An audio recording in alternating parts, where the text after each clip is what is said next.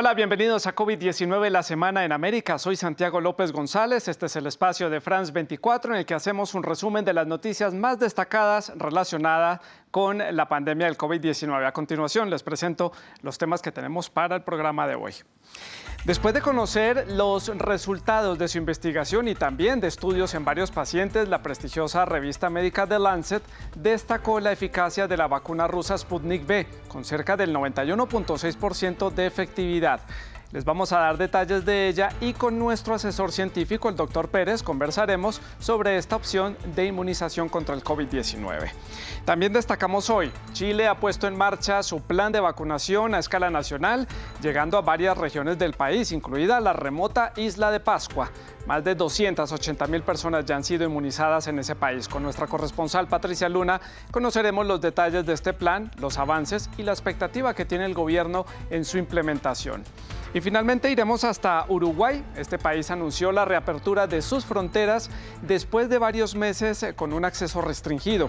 El gobierno de la República Oriental también anunció la compra de varios lotes de vacunas, así como dio a conocer también detalles de cómo será ese plan de vacunación en uno de los países que mejor ha conseguido sortear esta emergencia sanitaria mundial. Tenemos los detalles con nuestra corresponsal Karina Dalmas. Pues son algunos de los temas, comencemos de inmediato. Pasamos entonces a la noticia central, que es la noticia de la semana que la protagonizó la vacuna Sputnik V, que se convierte en otra alternativa para los planes de inmunización a nivel mundial contra el COVID-19 y está ya a la par de algunas vacunas desarrolladas por otros laboratorios a nivel internacional. Argentina, por ejemplo, ya ha inmunizado a más de 297.000 personas con esta vacuna rusa. Bolivia también ha vacunado a cerca de 3.500 personas con la Sputnik V. México también ya anunció la compra de unos 24 millones de dosis, está negociando todavía con el gobierno ruso, y Panamá también ya se mostró interesado en adquirir unas 3 millones de dosis. Vamos a ver algunas de las características de esta vacuna. La Sputnik V fue desarrollada por el Centro Nacional de Epidemiología y Microbiología Gamaleya en Rusia. Tiene una eficacia, como les decía, del 91.6%. Es de vector viral. Ya vamos a ver con nuestro invitado qué significa ser de vector viral. Tiene mínimos efectos secundarios, ha demostrado ser muy eficaz entre los mayores de 60 años y tiene protección contra las formas moderadas y también las formas severas del COVID-19. Requiere 2 dosis, la segunda de ellas tiene que ser 21 días después de la primera y su almacenamiento en frío es mucho más sencillo que la de Pfizer, solamente requiere entre 2 a 8 grados centígrados. Una dosis vale solamente $10. Estos son datos publicados por The Lancet y por el Fondo Ruso de Inversiones Directas, que es la encargada de financiar esta investigación a nivel internacional. Vamos entonces a analizar este tema con el doctor Carlos Eduardo Pérez, asesor científico de France 24, infectólogo de la Universidad Nacional de Colombia. Un saludo, doctor. Como siempre es un gusto tenerlo con nosotros aquí en France 24. ¿Y cómo recibe la comunidad médica y también la comunidad científica este aval o este artículo positivo en torno a la Sputnik V, una vacuna que al principio de la pandemia generó todo tipo de controversias a nivel político y médico también? Sí, una de las cosas importantes es que lo primero que supimos fue por notas de prensa y no por estudios científicos, sino fue el desarrollo de la vacuna, que la vacuna era efectiva, pero los estudios clínicos, que es donde los científicos buscan los datos, no los teníamos disponibles. Yo creo que eso creó un poco de incertidumbre. Sin embargo, Rusia se ha reconocido como un país pionero en el desarrollo de vacunas, sobre todo de estas de vector viral, desde hace muchos años.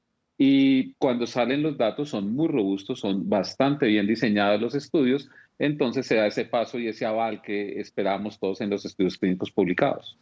Doctor Pérez, ¿qué ventajas tiene entonces esta vacuna, la Sputnik V, por encima de las otras que ya están en el mercado, que incluso ya están siendo inoculadas en personas alrededor del mundo? Digamos que en general las vacunas todas han sido muy buenas noticias por 2 cosas. Uno, ningún paciente ha fallecido ni por la vacuna ni a consecuencia del COVID-19, cualquiera sea la marca de la vacuna. Esta vacuna de la Sputnik, tiene una ventaja, que sus estudios de eficacia son de 91%, contrario a las otras de vector viral como las de AstraZeneca y las de Janssen, que están entre el 60 y el 90%. Los datos muestran una efectividad de más de 90%, lo cual lo hace muy interesante, una alternativa que es disponible, accesible, económica y también con buenos estudios clínicos. Pero clave recordar, todas las vacunas protegen contra el COVID severo y evitan la mortalidad en un 100%, todas las marcas de las vacunas. Doctor, en la introducción estaba dando varios datos particulares de esta vacuna rusa. ¿Qué significa que sea de vector viral? Sé que esto es un término médico científico. ¿Por qué debe ser en 2 dosis? Y algunas personas nos preguntaban que si entre una dosis y otra existe el riesgo que la persona contraiga el COVID-19. El vector viral hace relación a que los virus, este virus adenovirus, es un virus que conocemos desde hace muchos años. Estos virus no son patógenos, es decir, que nosotros no los inoculamos y no nos produce enfermedad. Utilizamos este virus como un vector, como un transportador. Se inocula el DNA que va a producir la proteína y esa proteína es la que va a generar las defensas para el sistema inmunológico. Eso se llama vector viral. Estas vacunas requieren 2 dosis porque en la primera dosis se hace una primera respuesta inmunológica y luego se refuerza esa respuesta inmunológica nuevamente retando con el antígeno, con la partícula viral. Entre las 2 dosis todavía la respuesta inmune no es completa, por eso puede ser susceptible y es importante mantener las medidas de bioseguridad todo el tiempo hasta que se culmine completamente la vacunación. Se calcula que después de la segunda semana de la segunda inoculación, ya la inmunidad es completa. Doctor, yo me salgo un poco del tema, pero quiero aprovechar esta conexión para preguntarle por otro tema que fue destacado en diferentes medios internacionales a lo largo de esta semana, y es ese desarrollo que están haciendo algunos médicos y científicos en Israel de un medicamento que aparentemente, o por lo menos en 30 personas, ya ha sido probado, que ha sanado a estas personas que ya estaban padeciendo COVID-19, incluso estaban hospitalizadas para ser atendidas allí porque eran un COVID-19 agresivo. ¿Qué sabe al respecto? ¿Podemos empezar a confiar también en medicamentos y tener esto como una alternativa a la vacunación y también al autocuidado? Claro, no solamente son estos, hay varios grupos de medicamentos orales que están en estudios clínicos. Estamos esperando los resultados. Lo que hay en Israel es un tratamiento tópico local que hace que controle el virus y que ha hecho efectivo en un grupo pequeño de pacientes, realmente 30 pacientes, un grupo muy reducido. Pero como los resultados han sido tan alentadores, se plantean estudios clínicos ya a gran escala con ese tipo de medicamentos. Cosas similares suceden en Alemania, en el Reino Unido, en Estados Unidos, donde se están desarrollando medicamentos, casi todos orales, que pueden controlar el COVID. Yo creo que vamos bien, la vacunación, las opciones terapéuticas, pero debemos mantener el autocuidado porque es la esencia y es la mejor vacuna que tenemos hoy. Doctor Pérez, como siempre, muchas gracias por estas recomendaciones. El autocuidado es la base central de esta protección contra el COVID-19. Muchas gracias por acompañarnos y explicarnos en palabras muy simples todos estos temas científicos y médicos. Muchas gracias. Hablamos ahora de México, que emitió una autorización para el uso de emergencia de esta vacuna, de la Sputnik V. Asimismo, las autoridades mexicanas también indicaron que firmaron un contrato para recibir un primer lote de dosis a partir de este mes de febrero. Vamos a conocer más detalles de la situación allí en México y para profundizar en detalles hablamos con Mario Carbonell, nuestro corresponsal en Ciudad de México. Hola Mario, ya lo estábamos diciendo, México compró algunas dosis de esta vacuna Sputnik V. ¿Qué más detalles se sabe de esta transacción, de esta compra? ¿Cuál va a ser el plan de vacunación para estas dosis? ¿Cómo está avanzando el plan de vacunación que ya está en marcha en este país? Pues fueron días de polémica luego de que se anunció el acuerdo de compra precisamente de esa vacuna de Sputnik cuando aún no se conocían los resultados de la fase 3 de ensayos clínicos. Posteriormente, bueno, ya se publicaron en la revista The Lancet y la Comisión Federal para la Protección contra Riesgos Sanitarios, la COFEPRIS, que es la entidad reguladora, dio su autorización para el uso de emergencia de esta vacuna y el secretario de Salud, Jorge Alcocer, firmó el contrato de compra. Este se envió a Rusia y se está a la espera de que las autoridades rusas hagan lo propio y será hasta entonces cuando se cuente con una tabla de fechas de entrega a detalle. Esto pues ha generado inquietud incluso entre los gobernadores del país que este jueves pidieron a la Federación que les dé ya un calendario de fechas de entrega para que puedan completar los esquemas de vacunación al personal de la salud en sus estados. Y el subsecretario Hugo López-Gatell le respondió simplemente que las dosis van a llegar, que la vacunación será efectiva, pero no se sabe hoy por hoy cuándo van a llegar esas vacunas. Mario, también le hicimos seguimiento a lo largo de la semana al estado de salud del presidente Andrés Manuel López Obrador. ¿Qué es lo último? Él ya dijo que se estaba sintiendo mejor, pero ¿qué es lo último que se sabe sobre el mandatario? Pues la salud del presidente va mejor, incluso López Obrador este jueves subió un video a sus redes sociales, el segundo video que publica desde que contrajo la enfermedad, para dar a conocer que se aplicó la prueba de antígeno y ya dio negativo a SARS-CoV-2. Dijo sentirse bien, incluso hizo un recorrido a pie por los pasillos y las escalinatas de Palacio Nacional para demostrar su condición física. Sin embargo, dijo que guardará todavía un tiempo de reposo para recuperarse al 100%. Y eso sí, aprovechó este mensaje para decirse optimista, no nada más en cuanto a su estado de salud, sino respecto de la situación del país en general. Presumió algunos datos de creación de empleo al arranque del año, de aumento en el consumo en tiendas de autoservicio y dijo que pues esta pandemia ha hecho a los mexicanos más fraternos, más solidarios y que vamos a salir adelante. El subsecretario López-Gatell dijo que ya se encuentra asintomático, pero que continuará la vigilancia médica en espera de que pronto se reanuden sus labores. Todo indica que el mandatario se está recuperando rápido del COVID-19. Mario, actualicemos entonces cómo está la situación allí en torno a contagiados, víctimas mortales del COVID-19. El plan de vacunación ya sabemos que está avanzando. ¿Y cuáles son las restricciones que se mantienen en firme todavía para la población? Pues el plan de vacunación está estancado. Se han aplicado 675,000 dosis de la vacuna de Pfizer, pero como sabemos, se interrumpieron los envíos de estas vacunas y aunque se tienen contratos de compra con los laboratorios AstraZeneca, CanSino y la Sputnik, pues ninguna de estas ha llegado al país, por lo que a pesar de que reiteró el propio presidente las metas de vacunación, por ejemplo, febrero y marzo para todos los adultos mayores, lo cierto es que mientras no lleguen las dosis, pues podrían verse comprometidos estos objetivos. Mientras tanto, el gobierno federal lanzó un sitio web para que los ancianos o sus familiares se registren para decir que quieren la vacuna, que pongan sus datos, dirección, teléfono, correo electrónico, clave poblacional. Pero el problema es que a los 30 minutos de que lanzó el gobierno esta página, se cayó. Las autoridades alegan que hubo saturación, que le tendrían que dar mantenimiento. Lo cierto es que duró 2 días sin funcionar y ahora pues funciona pero de manera intermitente, lo que ha causado pues una ola de críticas. Esto mientras el país continúa con altos índices de muertos y contagios. Este jueves fue el 4º día con el mayor número de muertos reportados en un lapso de 24 horas en lo que va de la pandemia. Mario, muchas gracias y pues muy atentos entonces al desarrollo de este plan de vacunación allí en México.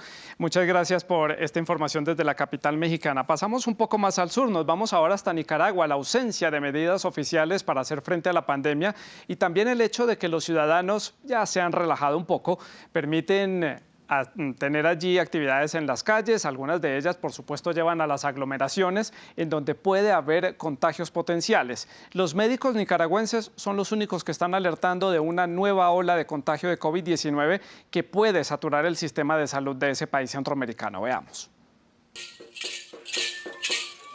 En Diriamba, al sur de Nicaragua, ni una pandemia puede interrumpir las fiestas patronales. Cada año, centenares festejan a San Sebastián, con un colorido atuendo que representa el mestizaje, ahora con tapabocas incluido.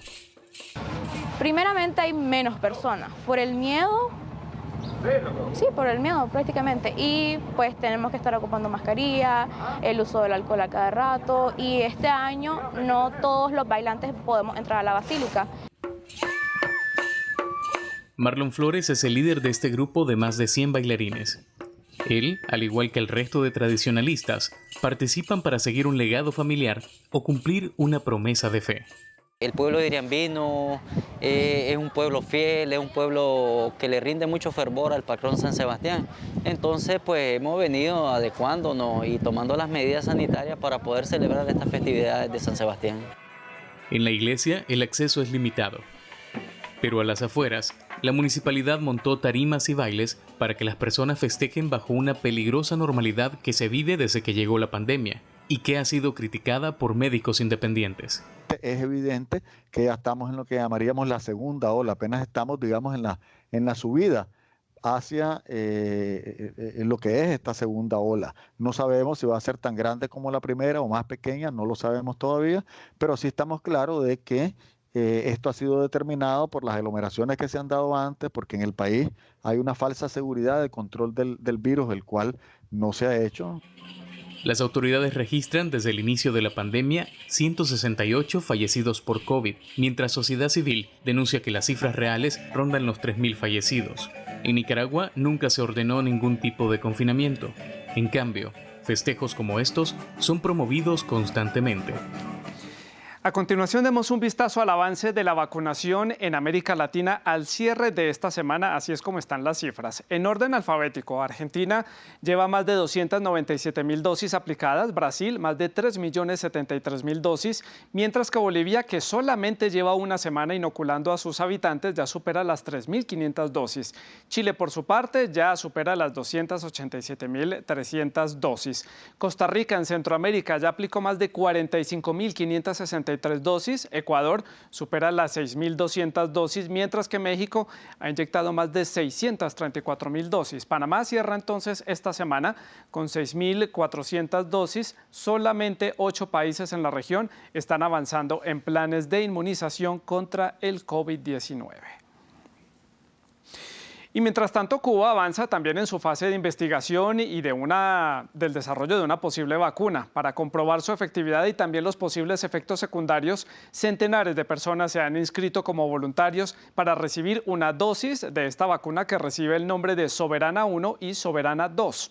Cuba es el único país de América Latina que está estudiando y desarrollando una vacuna contra el COVID-19 a partir de sus propios estudios bajo la autorización de la OMS. Si demuestra ser efectiva, Cuba inmunizaría al total de la población de la isla a lo largo del 2021. Abdala es el nombre de una de las 4 vacunas hechas en Cuba. Producto desarrollado por el Centro de Investigación Gubernamental, el fármaco se inoculó por primera vez en humanos este 2 de febrero. 760 voluntarios, entre los cuales se encuentran personas con enfermedades crónicas, recibirán la potencial vacuna. Es lo menos que puedo hacer, brindarme apoyo para ver si logramos que esta vacuna tenga su éxito. Abdala es una de las 4 vacunas desarrolladas por Cuba. 2 de ellas se encuentran en una fase de desarrollo intermedia, mientras que otra todavía está en un momento inicial de la investigación. Cuba es el único país de América Latina que tiene vacunas propias en estudios reconocidos por la Organización Mundial de la Salud. El gobierno estima tener una capacidad de producción de 100 millones de dosis a lo largo de 2021. Así tendría de sobras para inmunizar a toda su población sin depender de fármacos producidos en el exterior. Cuba podría solicitar un permiso, una autorización de uso emergencial a finales de marzo. Eso le permitiría a Cuba comenzar a vacunar a los grupos prioritarios durante el segundo trimestre de 2021. La isla necesita este fármaco, especialmente después de un fuerte repunte de casos tras reabrir sus fronteras. Este enero se registró el número de contagios y de víctimas mortales más altos en 10 meses, para un total de cerca de 28.000 casos y 218 víctimas mortales. Recapitulemos, veamos cuáles son las vacunas que están en el mercado debidamente aprobadas y que ya han sido inoculadas en diferente medida en la población mundial. Hay 6 vacunas disponibles en este momento. Les voy a mencionar a partir de la que tiene mayor eficacia contra el COVID-19. La vacuna de Pfizer-BioNTech es un ARN mensajero y tiene 95% de eficacia, requiere 2 dosis y estará almacenada a menos 70 grados centígrados.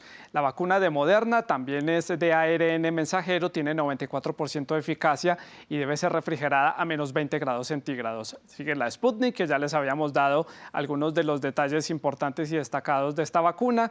Le sigue las vacunas desarrolladas en China, la Sinopharm o la Coronavac, que es de la farmacéutica Sinovac. La primera tiene 79% de efectividad, la segunda en algunos casos va del 50% al 100%, tiene unas variaciones. Ambas requieren estar entre 2 a 8 grados centígrados en refrigeración. Finalmente, la vacuna Oxford AstraZeneca es de vector viral, tiene 60% de efectividad y puede estar almacenada entre 2 y 8 grados centígrados. Son las vacunas que están en este momento disponibles.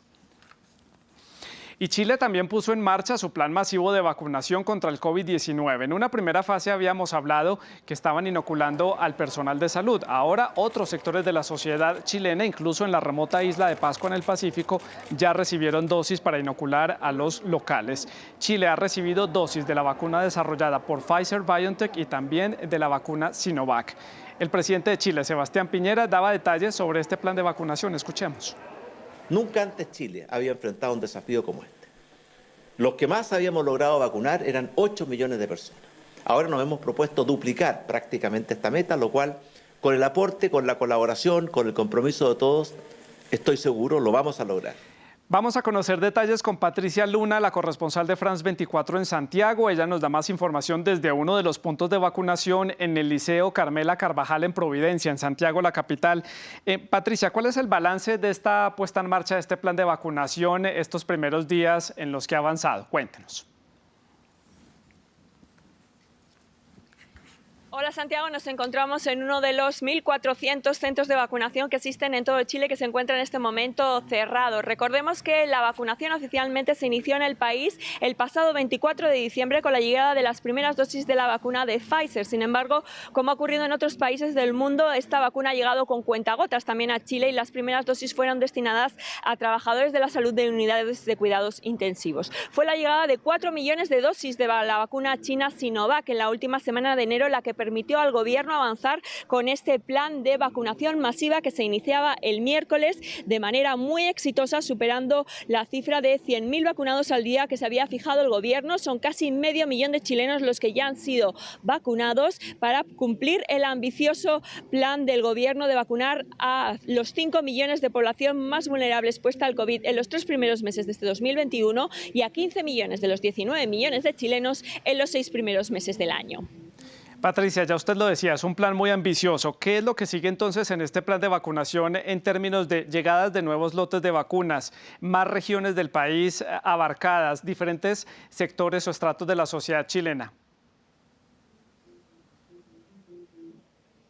Así es, la vacunación comenzaba el miércoles con las personas mayores de 90 años, ha ido en orden de edad regresiva, hoy se vacunaban los de 86-85 años y la próxima semana lo harán las personas de entre 85 y 70 años de edad. Cada día tiene alocado una cifra, una edad diferente y junto a ellos se vacunan también el resto del personal sanitario de las Fuerzas Armadas y de Carabineros en sus propias instituciones, también alumnos en prácticas de medicina y junto a ellos trabajadores y residentes tanto de los centros de residencias de ancianos como de la red de orfanatos públicas, el Servicio Nacional de Menores, que constituye la población más vulnerable definida en un principio por el gobierno. A partir de ahí se avanzará al resto de la población. Todo ha transcurrido de manera fluida, organizada, coordinada. Tan solo se registraban colas de 1 hora de espera en el estadio de La Florida, en uno de los barrios más populares de Santiago, y también algunos problemas en los vacunatorios de Viña del Mar, donde no había dosis suficientes para la cantidad de personas que se presentaron a vacunarse. Salvo esos incidentes aislados, todo ha funcionado de manera coordinada y fluida por el momento. Patricia, recordemos cómo está el país porque la lucha contra el COVID-19 sigue habiendo contagios, sigue habiendo personas fallecidas. Pues las cifras parecen ser bastante auspiciosas, Santiago, por lo que dicen en su último informe el Ministerio de Salud, las autoridades que establecen que la última semana los casos descendieron en un 12% en todo el país y en 13 de las 16 regiones. Sin embargo, preocupa el alza de casos en la región de Los Ríos, que tiene la mayor incidencia de todos, y también en Coquimbo, Calama y Maule, todas ellas regiones turísticas donde acuden a veranear los chilenos. Esto en relación a un permiso de vacaciones que que concedió el gobierno, del que se han entregado más de 1.700.000 permisos y que permitiría los viajes interregionales, lo que habría hecho un poco que subieran los casos en estos lugares de veraneo tradicionales para los chilenos. Las autoridades revisen ahora si ese permiso se va a mantener o no, y fue otorgado argumentando razones de salud mental, que ha sido muy necesaria para todos en este año. Gracias, Patricia, por este reporte desde la ciudad de Santiago, en Chile. Nos vamos ahora hasta la Amazonía, en Brasil. Allí comenzó también el plan de vacunación que dio prioridad a las zonas rurales en la selva, muy lejanas a los grandes centros urbanos de esta región brasileña. La región amazónica es el punto de origen de una de las nuevas variantes de COVID-19 que puso en alerta al mundo entero. Las comunidades remotas del estado de Amazonas en Brasil recibieron con júbilo la llegada de las primeras vacunas contra el COVID-19 de la empresa AstraZeneca.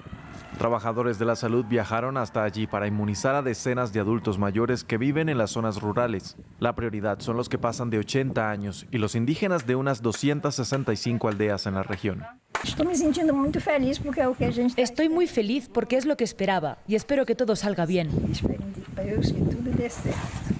La Amazonía tiene la tasa de mortalidad por coronavirus más alta de todo el país. Y es además el lugar donde surgió la variante brasileña de COVID-19 que comparte algunas características con otras variantes de Reino Unido y Sudáfrica y que se cree son más contagiosas. A esto se suma una segunda ola de contagios que ha colapsado el sistema de salud. Saber que hemos perdido a tantos ancianos y jóvenes, esta es una esperanza de que las cosas van a cambiar y a mejorar.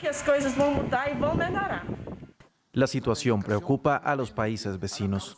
Ante la escasez de oxígeno, el presidente venezolano dijo que enviaría camiones cargados hacia los estados brasileños de Roraima y Amazonas, fronterizos con Venezuela, adicionales a los enviados a mediados de enero.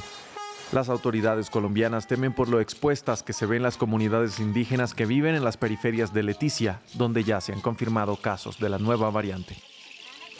Y rápidamente nos vamos hasta Uruguay, un país en donde hay varias noticias para destacar, un país que al principio de la pandemia destacaba a nivel internacional por el manejo que le estaba dando a la crisis. Vamos a conocer entonces más detalles del panorama allí con Karina Dalmas desde Punta del Este en el departamento de Maldonado. Karina, Uruguay anunció recientemente que va a levantar las restricciones que había, una controversia que hubo incluso por el cierre de las fronteras, aislaron el país, ya van a volver a abrirse. ¿Qué implica esto para la lucha contra el COVID-19 y cómo recibieron el anuncio, sobre todo en el sector turístico?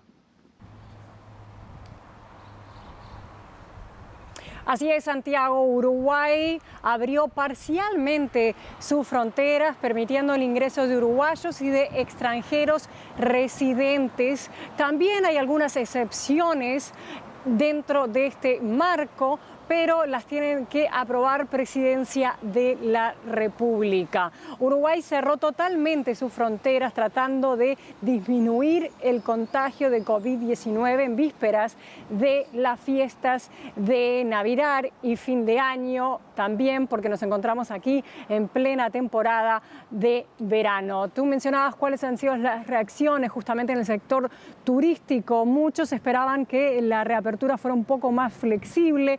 Incluso se conversó mucho, se analizó el tema de un pasaporte sanitario. El gobierno dijo que continuará analizando lo mismo. También hubo un reclamo de propietarios, en su mayoría argentinos, que tienen propiedades en la costa uruguaya. Eso por el momento no va a ser autorizado. Karina, también destacado el anuncio que hizo el presidente Luis Lacalle Pou, anunció que compró varios lotes de vacunas para comenzar el plan de inmunización nacional. ¿Qué detalles hay sobre este plan de inmunización? ¿De qué vacunas estamos hablando y cómo va a ser ese plan para inocular a los 3.4 millones de habitantes que tiene la República Oriental? Exactamente, el gobierno uruguayo informó que la vacunación va a ser voluntaria, incluso le van a pedir a las personas que firmen un consentimiento indicando que conocen los posibles efectos secundarios de las vacunas, algo muy diferente a lo que es el plan regular de vacunación en Uruguay, donde la vacunación es obligatoria y no se firma ningún tipo de consentimiento. El gobierno informó que ya compró más de 3.800.000 dosis de los laboratorios Pfizer y Sinovac y que también espera 1,5 millones de dosis del plan COVAX. Las primeras personas en recibirlo serán personal de salud, quienes trabajen en geriátricos y también en educación. 165.000 personas está planificado que reciban sus primeras dosis en las últimas semanas de febrero, los primeros días de marzo. Karina, pregunta transversal para todos los corresponsales para actualizarnos cómo está la situación en cada país. ¿Cómo está Uruguay en términos de contagios, de fallecidos? Ya tenemos detalles de que la zona de Rivera en el norte del país ya no es zona roja de contagio y ha mejorado la situación allí.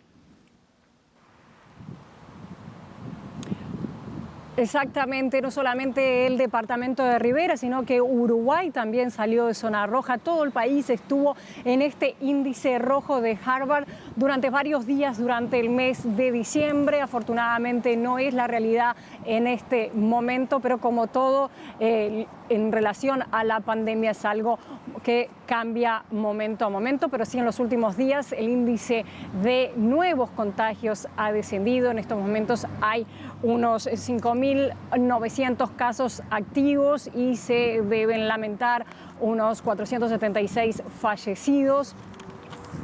Ahora lo que está ocurriendo es que muchos uruguayos están retornando a la capital del país luego de sus vacaciones en la costa de Uruguay, y también los niños están aprontando para la vuelta a clases que, según indicó el gobierno, de acuerdo a la situación actual de la pandemia, las clases van a ser obligatorias y presenciales.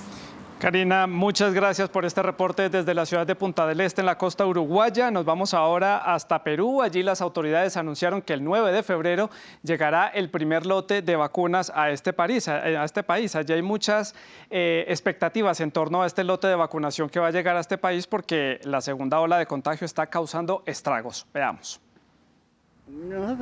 Eduardo Cori está preocupado. Su suegro se encuentra grave y no puede internarlo en un hospital. 23 pacientes que están en espera de cama. Y uno de ellos era mi suegro que estaba ahí. Y así están abandonados, pero en la camilla, en el pasadillo están los pacientes. Los hospitales del Perú están desbordados por pacientes del COVID-19. Y en medio de esta crisis, los médicos llevan más de 2 semanas de huelga indefinida. Exigen mayor inversión en el sector salud. Para el gremio, el sector está colapsando. Lo ha puesto al borde de un colapso.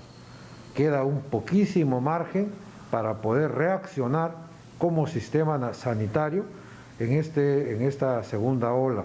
Y ese colapso afecta no solo la falta de camas en salas críticas, sino el recurso humano. El presidente Francisco Sagasti ha ordenado el retorno a la cuarentena en 10 regiones del Perú y aseguró que se mejorará la atención de la emergencia sanitaria. Estamos ampliando el número de camas UCI. Se han incorporado 196 camas en las últimas 2 semanas y se añadirán 350 más en las próximas 2 semanas. Para los ciudadanos en busca del oxígeno que pueda salvar a sus familiares, las promesas del presidente Sagasti suenan como palabras vacías. Como muchos, Cristian Valiente tuvo que ausentarse de su trabajo para buscar el gas medicinal que su madre de 80 años necesita para respirar. Por eso estamos desesperados, yendo de diferentes distritos a conseguir eso, ¿no? Que es lo más primordial. Tras 3 días de espera y un largo viaje a las afueras de Lima, Cristian retorna a su hogar. Él espera no contagiarse del coronavirus para seguir luchando por la vida de su madre. Hasta aquí este resumen de France 24, hasta aquí este episodio de COVID-19 la semana en América. Esta fue nuestra selección de las noticias más destacadas a lo largo de estos 7 días. Usted puede ver otra vez este programa en france24.com y también en nuestro canal de YouTube. Nosotros nos vemos la próxima semana. Siga con France 24.